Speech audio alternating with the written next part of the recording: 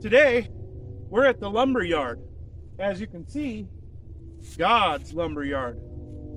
I need to harvest some lumber for a project that I'm doing in the cedars.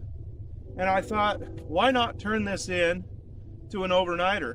So we're going to do a simple tarp shelter by the creek.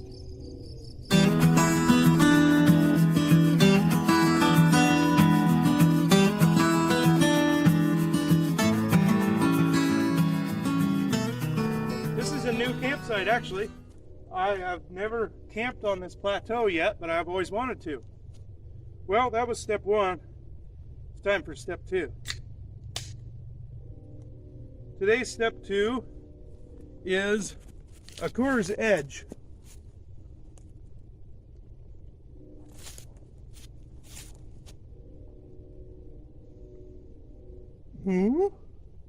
It's worthy of a half-oo.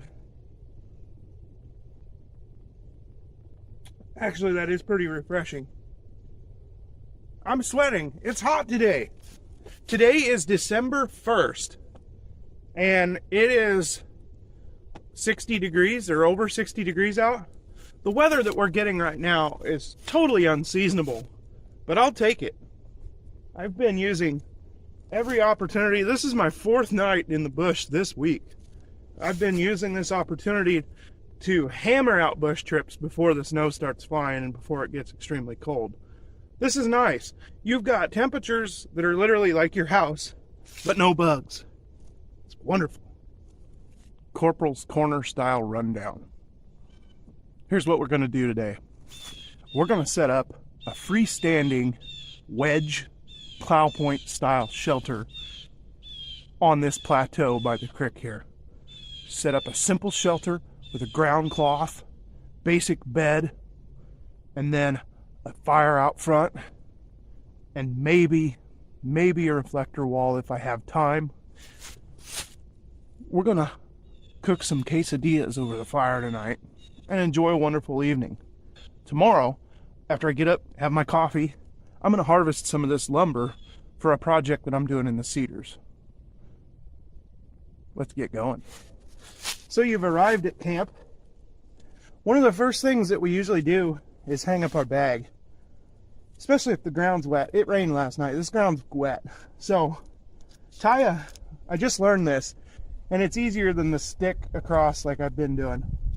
Tie a string or rope around a tree and leave some hanging. That's pretty simple. Now, get yourself a little toggle stick. Make a loop sort of where you want your bag. Flip it up again, pull it through, and stick your toggle through. Now cinch it down. Now you've just created a hanger for your bag. You can take your toggle and feed it through the handle, and you can hang your bag from a tree, high and dry. For this setup, you're going to want a ridge line. I'm using the 5x7 Arcturus reflective tarp, and I've got a piece of paracord here for a ridge line, and I have secured it to the bottom of this stake. Now what I'm simply going to do is bring the grommet of the corner here all the way down to the bottom. I'm going to make a loop and feed it through the grommet. Then I'm going to put a toggle through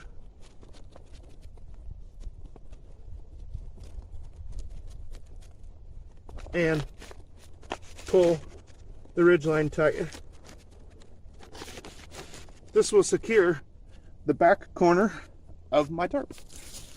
I've got two poles here that are approximately 5 foot long or so. I'm going to go down about 6 inches, 5 inches maybe, and I'm just going to lash them together, creating a bipod.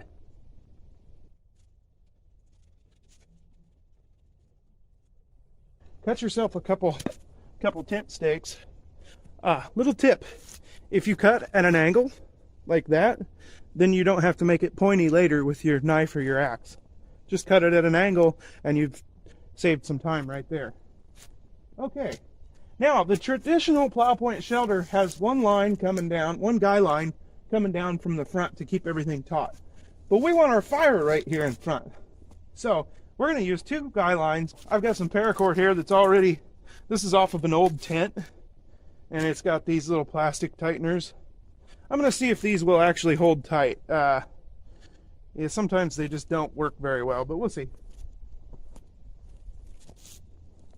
Pull it tight and stick it down. Do the same thing on the other side. Now we're going to secure the top part of our tarp to our ridge line by simply making a loop. I'm going to loosen these up for the time being. I'm going to make a loop in this guy, feed it through,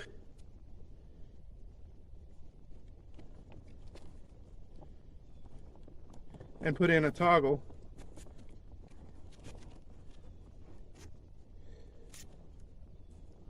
Now we can tighten our lines back up. Fashion you some stakes using upside down Y branches.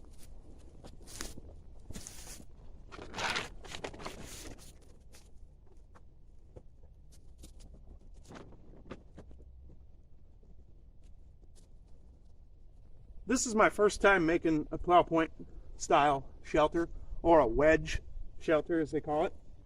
I can already see that I should have made these taller, because it's going to be hard for me to, I can get my feet down under there, but I'm going to have to really squeeze in.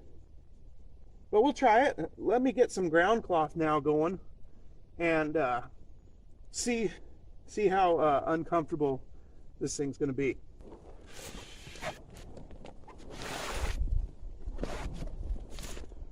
I'm just going to use the Hutchins roll as a ground cloth today.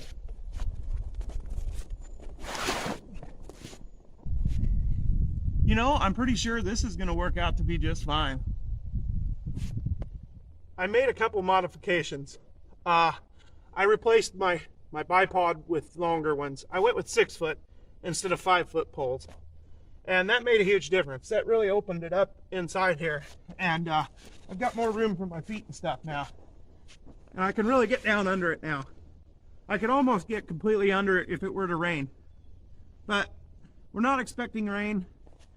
And I honestly don't know that I would recommend this kind of a shelter during rain, because the water's still going to get on the ground and you're going to get wet from below.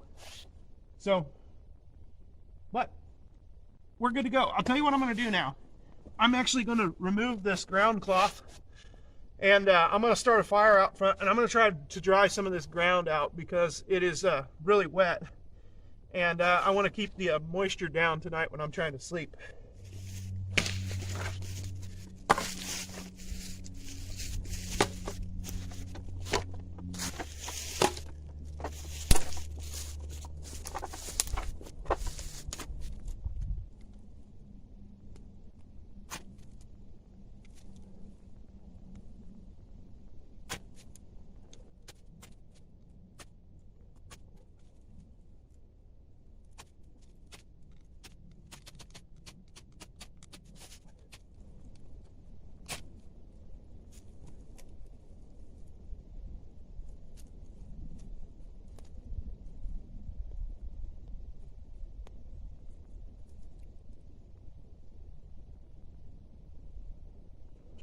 And it went out.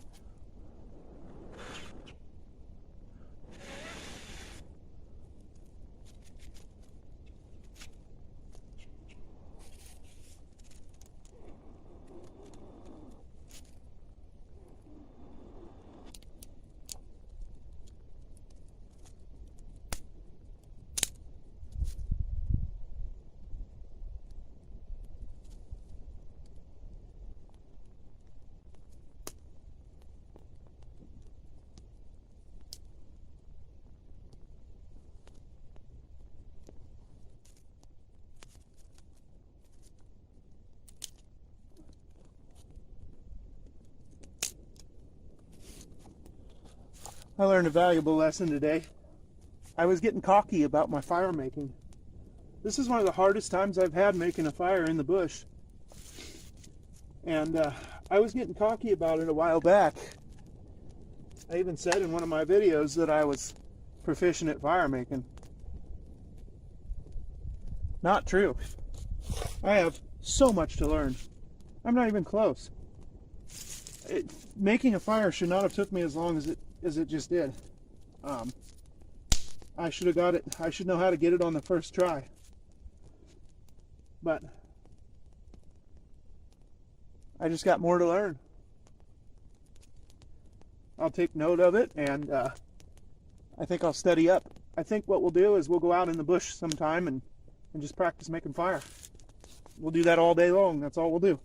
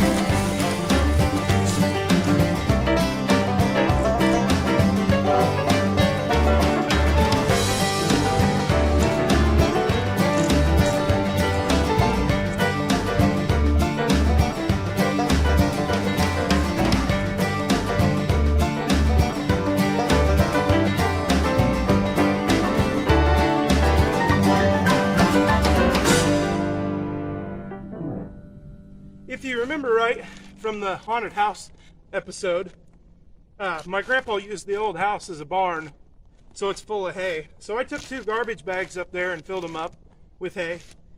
And what I'm going to do is I'm going to slip these inside my Hutchins roll and puff it out and try to make a mattress. Now I could put the hay directly in the Hutchins roll, but I'm just trying to kind of keep it halfway clean, so I put it in garbage bags.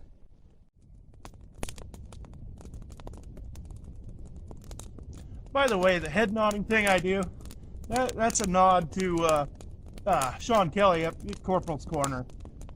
He does that. It's a look of satisfaction.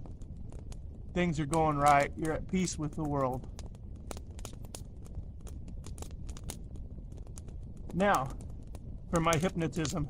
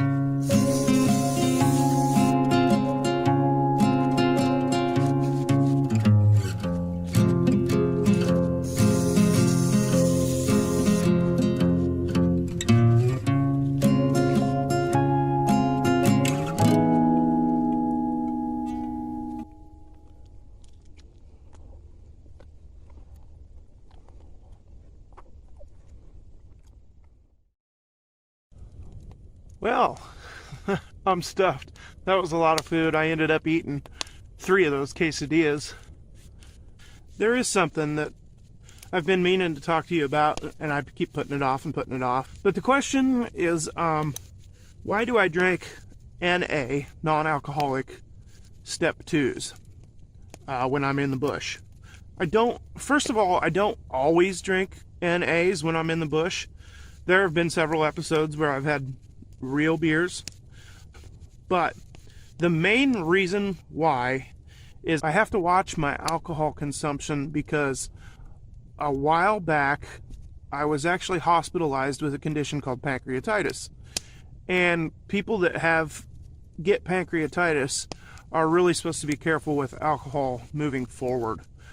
And so that's why. It's very simple. I can drink. It's not like I can't drink. I can have a few. I just don't push it because I don't want to end up back in the hospital with pancreatitis again. And I really love beer. I brew beer. I'm a home brewer. I'm a member of the brew club, the local brew club here, a founding member. We started it. I've even had talk about working. I've even worked in a brewery and talked about starting a brewery with different people on a serious level. Beer is something that I'm really passionate about. And so I still drink my craft beer.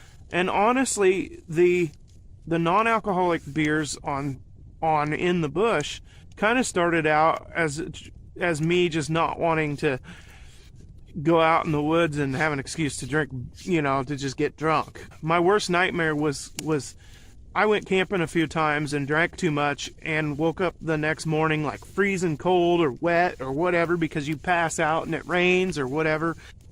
When you're in this kind of a situation, you kind of want to keep your wits about you, And so that was kind of how it started out, and then I ended up with the pancreatitis. But I've always drank non-alcoholic beers to supplement my regular beer consumption. You'll still see me have a drink here and there. It's not like I won't at all. It's just that I have to be very cautious about it moving forward.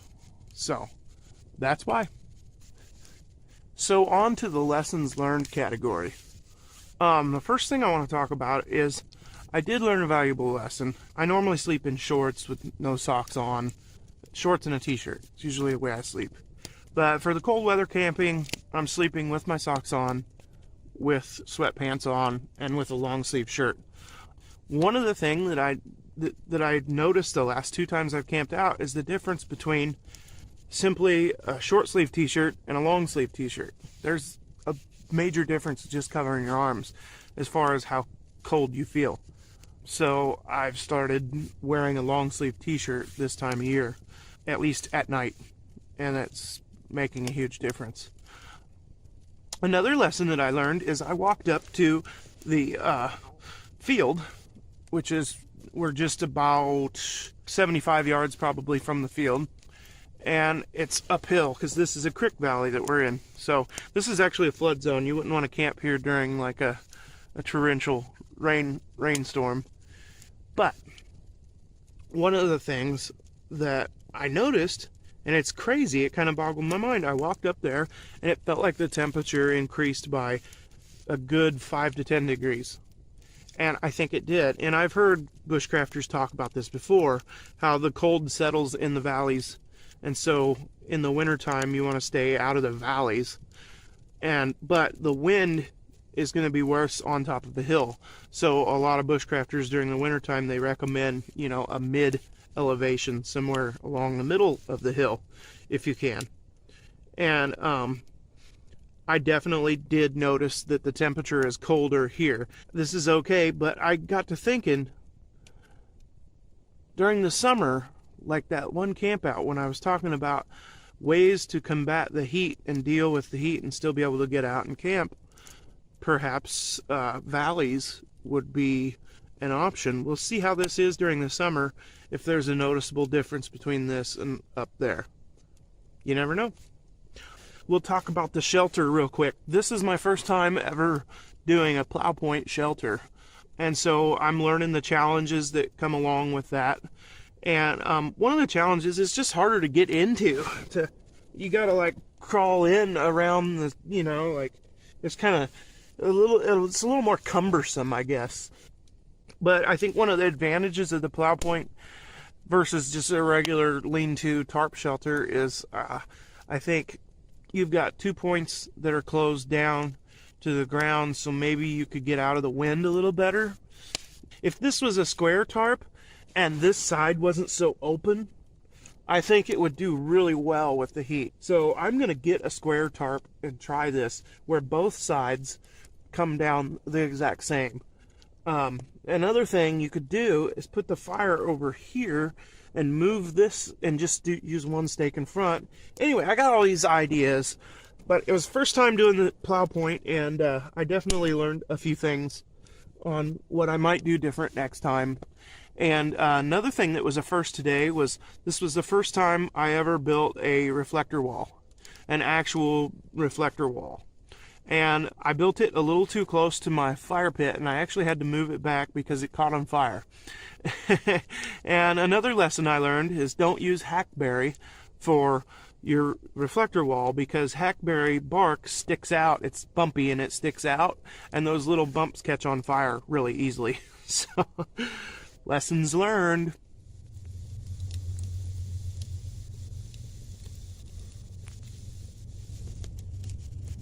This is wonderful. I've been laying here enjoying this warm fire, and I poked my head out from under this tarp, and I've got a beautiful, beautiful view of the stars. Man, this is so rewarding. There's just something soul satisfying about being in the bush. It's just awesome. Well, I'm gonna hit the hay. We'll see you all in the morning.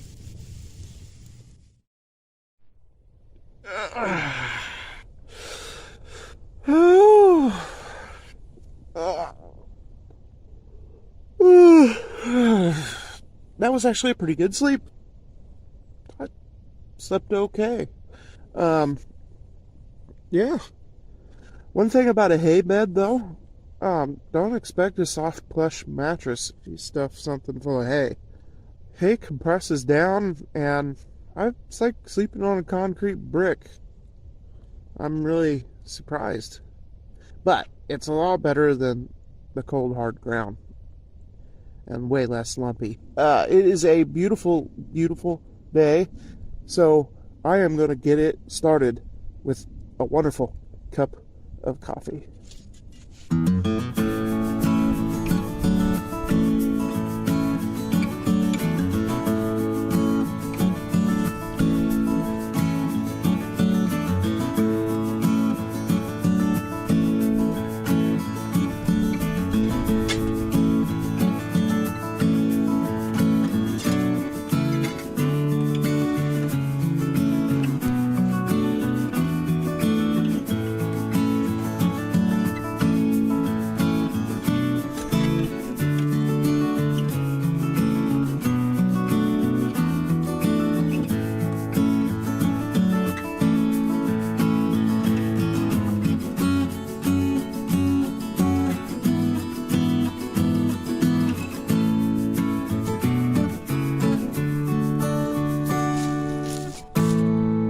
Running a special today here in God's Lumberyard. All you can harvest, free. As you can see behind me, the area that we camped in last night, this area, I'm officially naming it the Lumberyard, because as you can see, there are tons of small black locust trees. It is perfect building material for shelter builds. And what I want to do is harvest some of this today, and using the van, I want to drag it up to the location in the cedars as close as I can get it, because I'm going to be doing a big shelter build there, and it's going to take a long time to harvest the lumber. But if I have a lumber pile there, I can make it happen a lot quicker. So thanks everybody for watching, and we'll see you next time in the bush.